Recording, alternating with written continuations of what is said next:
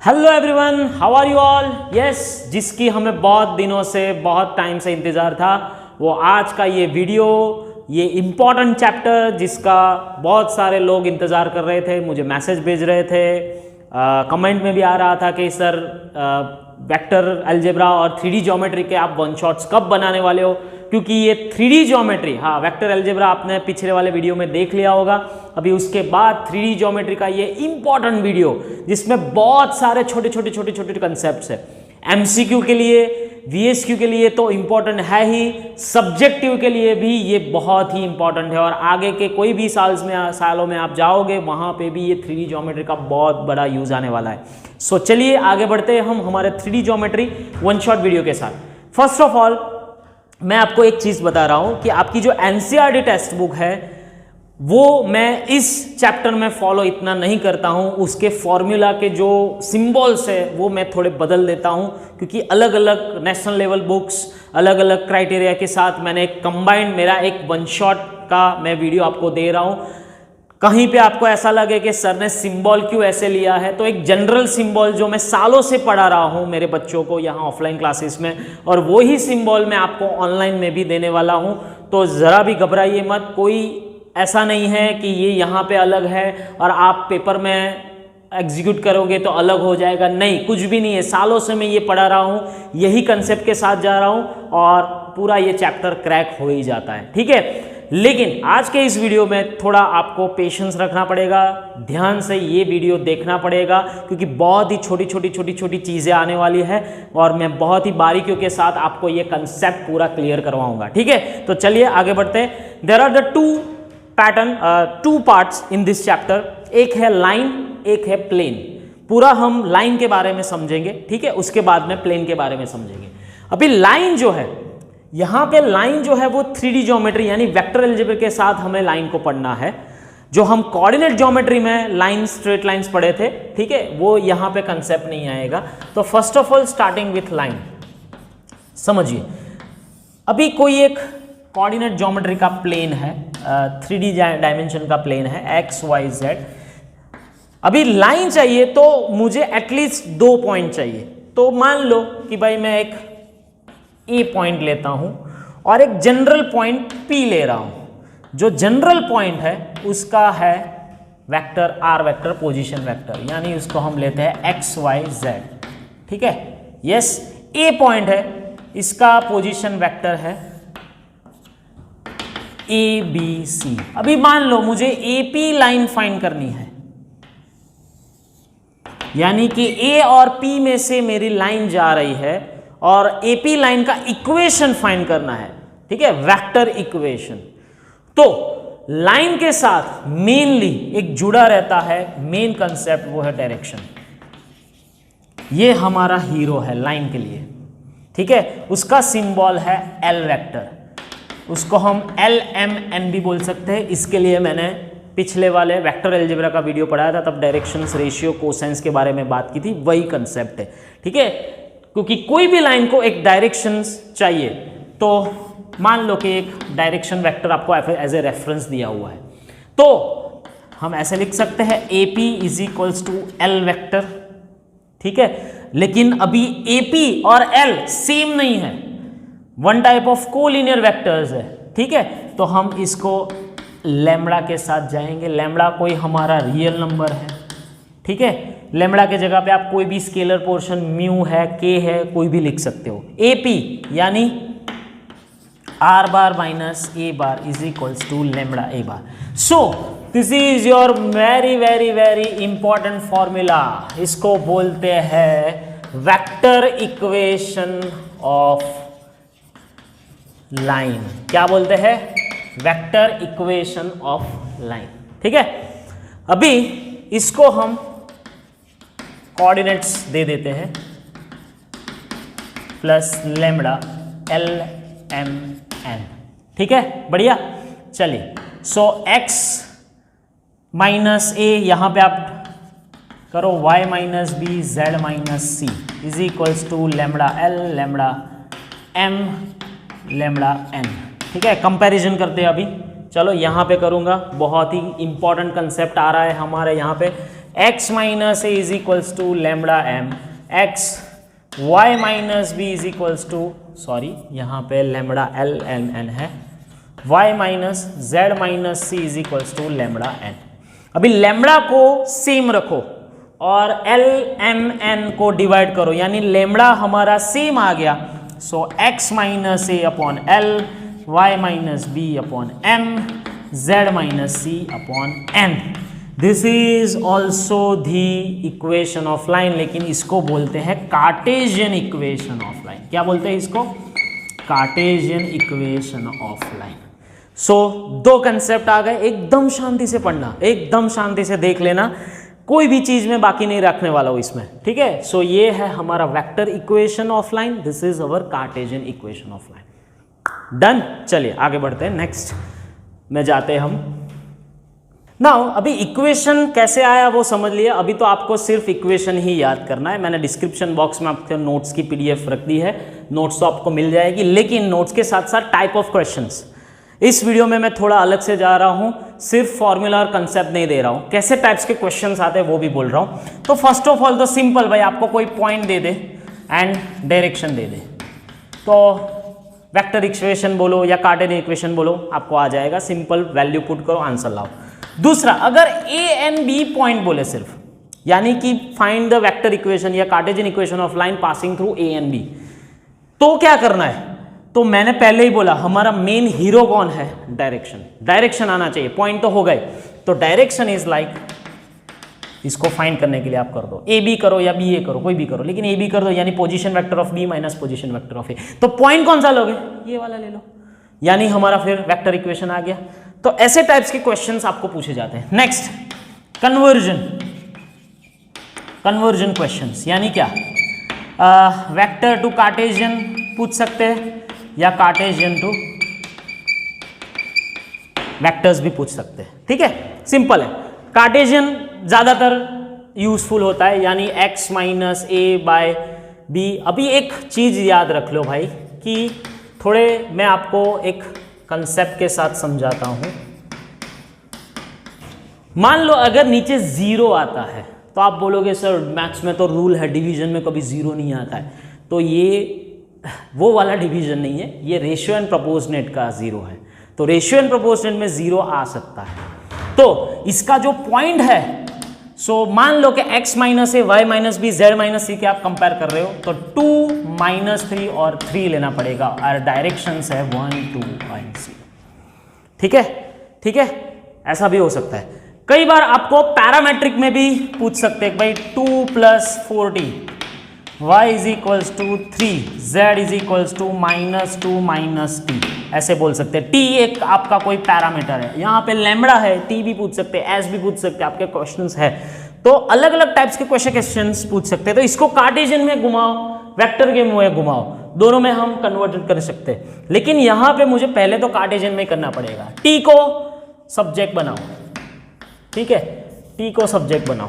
यहाँ पे 3 है, t है ही नहीं, तो इसको हम ऐसे लिख सकते हैं y is equals to 3 plus 0t, यानी कि y माइनस 3 अपॉन 0 आ गया। यानी 0 क्यों आता है उसका मैंने लॉजिक समझा दिया कि 0 इसलिए आता है कि पैरामीटर जो है हमारा लैम्बडा t, कोई भी वेरिएबल, उसके साथ उसका कोएफिशिएंट 0 है, इसलिए। सो z प्लस 2 अपॉन माइनस 1, सो यानी इसका वेक्टर इक्वेशन क्या हुआ भाई? अभी इसमें सॉरी कार्टेशियन इक्वेशन ये हुआ, इसको आपको कन्वर्ट करने को आ जाएगा। समझ रहे हो? सो this is the important part, कि अगर आपको कोई सिंगल वेरिएबल देता है, सिंगल कोई वैल्यू रियल नंबर देता है, तो उसका कंपलसरी नीचे रेशियो एंड प्रोपोर्शनल में नीचे 0 आ जाएगा, ठीक है। तो ये अलग अलग टाइप्स के क्वेश्चंस आपको आ सकते हैं। फिर ऐसा भी हो सकता है कि आपको कंसेप्ट में पैरेलल लाइंस और परपेंडिकुलर लाइंस चेक करने को बोले। तो पैरेलल लाइंस क्या होता है? मान लो कि ये a प्लस लैम्बडा एल बार, ठीक है, b, क्योंकि दो अलग अलग लाइन है, यानी हमको पैरामीटर भी बदलने पड़ेंगे। तो अगर पैरेलल लाइन है तो दोनों कोलिनियर मीन्स के पैरेलल लाइन है, तो क्रॉस प्रोडक्ट 0 हम डायरेक्टली चेक कर सकते हैं। लेकिन ये सिंगल वे में है, ठीक है, पैरेलल है तो क्रॉस प्रोडक्ट जीरो है, क्रॉस प्रोडक्ट जीरो है तो पैरेलल है, ऐसा जरूरी नहीं है। वो मैं आगे के टॉपिक में आऊंगा कि टाइप्स ऑफ लाइंस कितने प्रकार के होते हैं, उसमें कैसे आता है, क्योंकि एल क्रॉस एम जीरो करो तो वो कोइंसिडेंट लाइन भी हो सकती है, ठीक है। हाँ, लेकिन अगर परपेंडिकुलर लाइन है सो डॉट प्रोडक्ट जीरो है, यानी परपेंडिकुलर है तो dot product zero, dot product zero है तो परपेंडिकुलर। यहाँ पे टू वे कम्युनिकेशन है, लेकिन यहाँ पे वन वे कम्युनिकेशन है, ठीक है। सो ये छोटे छोटे टाइप्स के क्वेश्चंस आपको एमसीक्यू, वीएसक्यू, छोटे छोटे कॉम्पिटिटिव छोटे छोटे क्वेश्चंस कॉम्पिटिटिव एग्जाम्स में बहुत बार आते हैं, तो कंफ्यूज हो जाते हैं। और ये जो कन्वर्जन वाला है, जो मैंने जीरो वाला कंसेप्ट समझाया, वो याद रख लेना भाई। चलिए आगे बढ़ते हैं। एंगल बिटवीन टू लाइन्स, तो सिंपल है भाई, दो लाइन है ऐसी, ठीक है, तो एक्यूट एंगल फाइंड करना है, सो कंपल्सरी मॉड्यूलस ही आंसर आना चाहिए। मैंने दो लाइन का जनरेशन बता दिया, एल और एम क्या है, दोनों लाइन की दो अलग अलग डायरेक्शंस है, एक में लैम्बडा वाला कंसेप्ट पैरामीटर है, एक में म्यू वाला कंसेप्ट है, ठीक है। So this is your angle, और एंगल हमें एक्यूट ही लेना है। पैरेलल कोइंसिडेंट, पैरेलल परपेंडिकुलर में theta zero, theta pi by two, theta pi, ये सब कुछ आप पढ़ चुके हो, इसमें कोई नया कंसेप्ट नहीं है। लाइन वैसे तो थोड़ा छोटा है, जो ज़्यादातर प्रॉब्लम होता है वो प्लेन में होता है, ठीक है। हम पहले लाइंस में जाते हैं। अभी एक बढ़िया सा टॉपिक आ रहा है, मोस्ट इंपॉर्टेंट, जहाँ पे सारे के सारे बच्चे कंफ्यूज हो जाते हैं। और मैं तो इस तरह से ऑफलाइन क्लास में ये वाला कंसेप्ट पढ़ाता हूँ, एक फ्लो चार्ट के हिसाब से। एक फ्लो चार्ट अगर आप नीचे डिस्क्रिप्शन बॉक्स में लिखोगे तो वहाँ पे मैंने भी पीडीएफ में दे दिया है, लेकिन यहाँ से समझाने के लिए आपको बोल रहा हूँ। सो फ्लो चार्ट में कैसे होता है कि टाइप्स ऑफ लाइन, पहले तो हमारी चार टाइप्स की लाइन है, parallel, coincident, intersecting and skew lines, ठीक है। वो चार में से हमको डिसाइड करना है। तो डिसाइड कैसे करोगे, तो आपको क्वेश्चंस में ऐसे दो लाइन दिए होंगे, मान लो कि वेक्टर फॉर्म भी हो सकते हैं, कार्टेशियन फॉर्म भी हो सकते हैं, ठीक है, लेकिन दोनों दिए होंगे। सबसे बड़ा जो हीरो है ये दोनों है, एल और एम, उस हिसाब से हमारे लाइंस की टाइप डिसाइड होगी। यानी कि फर्स्ट ऑफ ऑल आपको करना है एल क्रॉस एम फाइंड करना है फर्स्ट स्टेप में, ठीक है। मेथड समझ लीजिए, फर्स्ट स्टेप में क्या करना है, एल क्रॉस एम करना है। अगर एल क्रॉस एम जीरो है तो वो लाइंस पैरेलल है या तो कोइंसिडेंस है। इसलिए मैंने बोला था मेरे भाई कि अगर क्रॉस प्रोडक्ट जीरो करते हो तो दो ऑप्शंस है, लेकिन उसने बोल दिया कि पैरेलल लाइन चेक करो तो कोई प्रॉब्लम ही नहीं है, डायरेक्टली आप क्रॉस प्रोडक्ट जीरो रख लो, ठीक है। इसलिए वो पिछले वाले कंसेप्ट में मैंने बोला था वन वे कम्युनिकेशन है, टू वे नहीं जा रहा है, डबल इंप्लीकेशन नहीं है। अगर जीरो नहीं हो रहा है आपका क्रॉस प्रोडक्ट कैसे करते हो, चैप्टर 10। तो ये इंटरसेक्टिंग लाइन्स है या तो वो स्क्यू लाइन्स है। अभी एक बात पता है आपको, intersecting lines is called as coplanar lines. Yes, intersecting lines को हम कोप्लानर लाइन्स भी बोलते हैं। सो कई बार स्टूडेंट्स कंफ्यूज हो जाते हैं कि सर कोप्लानर लाइन्स की कंडीशन क्या है। अरे वही जो हमारी इंटरसेक्टिंग लाइन्स की कंडीशन है। स्क्यू लाइन्स को क्या बोलते हैं, तो नॉन कोप्लानर लाइन्स। ये भी कंफ्यूज हो जाते हैं सब, ठीक है। सो ये कंसेप्ट, अभी इसमें दो, अभी इन दोनों में से भी कोई एक फाइनल आंसर तो चाहिए। तो बी बार माइनस ए बार, हाँ ये पॉइंट का ये डायरेक्शन मिला, क्रॉस एल। आप बोलो सर एम कहाँ गया, अरे यार जब पैरेलल और कोइंसिडेंट हो ना, जब पैरेलल और कोइंसिडेंट हो तो एल और एम कोलिनियर ही होते हैं, यानी एल और एम में ज़्यादा डिफरेंस नहीं होता है, सेम ही रहते हैं वो। सो B bar minus A bar cross L करो या क्रॉस एम करो, अगर वो जीरो आ जाता है, ठीक है, क्रॉस प्रोडक्ट है तो जीरो आएगा। अगर वो जीरो आ जाता है तो भाई उसको कोइंसिडेंट लाइन बोलते हैं। अगर जीरो नहीं आता है तो दे आर पैरेलल। समझ गए पूरा फ्लो, यानी कि आपको चेक करने को बोलेंगे कि check whether the types of lines. तो ये दो इक्वेशन दिए होंगे, आपको फ्लो में जाना है। अगर ये फ्लो मिल रहा है तो यहाँ से खत्म करो, अगर ये फ्लो मिल रहा है तो यहाँ से खत्म करो। एंड द लास्ट यहाँ पे हमको चेक करना है B bar minus A bar dot L cross M. अगर ये जीरो आ गया तो भाई कोप्लानर लाइंस।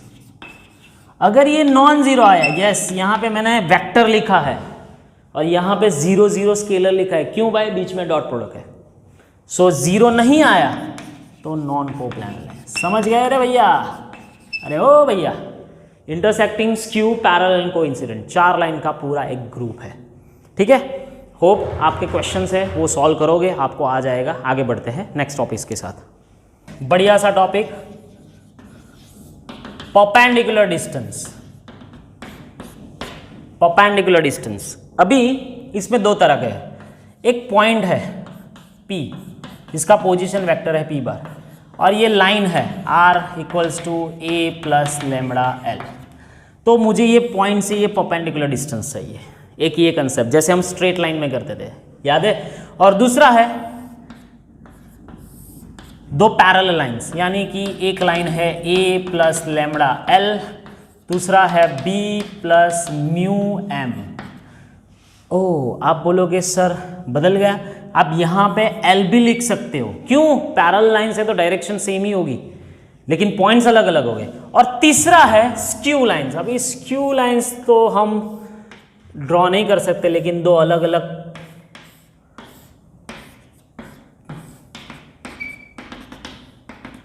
प्लेन्स में हम ड्रॉ कर सकते हैं। तो दोनों स्क्यू लाइंस के बीच में भी एक डिस्टेंस आता है, उसको बोलते हैं परपेंडिकुलर डिस्टेंस। वैसे तो हम अभी ड्रॉ पूरा का पूरा नहीं कर पाएंगे, लेकिन परपेंडिकुलर डिस्टेंस हमको बनाना है, that is always shortest distance. क्या? स्क्यू लाइंस के बीच में जो डिस्टेंस होता है वो ऑलवेज शॉर्टेस्ट डिस्टेंस होता है। Perpendicular distance always shortest distance. Yes, आप बोलोगे सर इसमें परपेंडिकुलर डिस्टेंस, तो वो तो कोई भी रखो सेम ही होने वाला है। ठीक है, तो 3 टाइप के हमारे सम्स आएंगे, आपके सब्जेक्टिव क्वेश्चंस बोलो या एमसीक्यू वीएसक्यू बोलो, तीनों में डी फाइंड करना है। तीनों के लिए अलग अलग फॉर्मूला है। चलिए, पहले इसके लिए फॉर्मूला है P minus A cross L upon L। ठीक है, this is the formula, P minus A cross L upon L, यानी कि आपको इन दोनों का डिफरेंस लेना है, क्रॉस प्रोडक्ट L के साथ और L। यहां पे है, यहां पे हमारी फॉर्मूला है B bar sorry B bar minus A bar cross L। Same ही है, क्या फर्क आया आपको पता चला? ये P की जगह पे ये B आ गया, क्योंकि यहाँ पे P point B point same ही तरीका है, अलग नहीं है कुछ भी। देखो यहाँ पे थोड़ा अलग है, क्योंकि यहाँ पे स्क्यू लाइंस की कंडीशन क्या थी भाई? B minus A dot L cross M non zero है, तो उसको ही ले लो हम, और नीचे L क्रॉस M का मैग्नीट्यूड डिवाइड कर लो। अभी टेक्स्ट बुक अगर आप देखोगे एनसीईआरटी की, तो ये सिंबल्स बदले गए हैं, ये सिंबल्स बदल गए हैं, कंपलसरी बदल गए। ठीक है, लेकिन एक फॉर्मेट पैटर्न सेम रहे, इसलिए मैंने एक ही सिंबल के साथ पूरा चैप्टर कवर करवाया है। कोई गलत नहीं है, कोई गलत मार्क्स नहीं देंगे, सब कुछ रेडी है। ठीक है, मैं सालों से यही पैटर्न के साथ पढ़ा रहा हूँ और यही फ्लो के साथ पढ़ा रहा हूँ।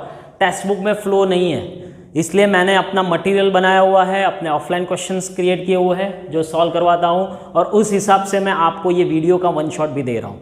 तो ये फॉर्मूला में आप वैल्यू पुट डाउन करो। हाँ, अगर आपको क्वेश्चंस, टाइप ऑफ क्वेश्चंस में ऐसे आए कि भाई find the shortest distance between 2 lines, ऐसा ही पूछ लेंगे वो लोग, तो शॉर्टेस्ट डिस्टेंस यानी परपेंडिकुलर डिस्टेंस, तो पहले तो आपको चेक करना है कि लाइन पैरेलल है कि स्क्यू है। तो उसके लिए आपको वो फ्लो चार्ट वाला कंसेप्ट करना पड़ेगा। हाँ, क्योंकि बाजू में आपको मार्क्स दिए होंगे 2 मार्क्स 3 मार्क्स या 4 मार्क्स का, तो आप डायरेक्ट फॉर्मूला रख के आंसर ला दोगे तो नहीं चलेगा। First of all you have to prove parallel line है कि स्क्यू लाइन है, वो चेक करना पड़ेगा, उसमें फिर आप ये फॉर्मूला डाल सकते हो। वैसे तो शॉर्टेस्ट डिस्टेंस बोला है तो 99.99% स्क्यू लाइन्स ही आएगी, लेकिन कोई भी पूछ सकते हैं, आपको देख के पता चल जाना चाहिए कि भाई पैरेलल, लेकिन उसको प्रूफ करना पड़ेगा, एग्जीक्यूशन में लिखना पड़ेगा कि ये पैरेलल है, स्क्यू है, बाद में फिर आप शॉर्टेस्ट डिस्टेंस की फॉर्मूला यूज कर सकते हो। ठीक है, so this are the important concept. ठीक है, लाइंस में अभी इसके बाद प्लेन में जाएंगे, लेकिन ये वीडियो में मैं प्लेन नहीं ले रहा हूँ, इसमें सिर्फ लाइन का कंसेप्ट लिया है। लाइंस के कंसेप्ट थोड़े कम है, प्लेन के कंपैरिजन में, लेकिन इतना भी कोई निग्लिजिबल नहीं है। लाइन जितना आएगा उतना आपको प्लेन में भी मज़ा आएगा। तो एक बार फिर से ये रिवाइज करो, फॉर्मूला आप दिमाग में रखो, क्योंकि एमसीक्यू क्वेश्चंस, कोई भी कॉम्पिटिटिव एग्जाम क्वेश्चंस है, कोई भी आप एग्जाम दे रहे हो, ये फॉर्मूला अगर स्ट्राइक नहीं हुआ, कंसेप्ट स्ट्राइक नहीं हुआ तो लटक जाओगे। ठीक है, तो मिलते हैं अगले वीडियो प्लेन के वीडियो के साथ, तब तक के लिए बाय बाय।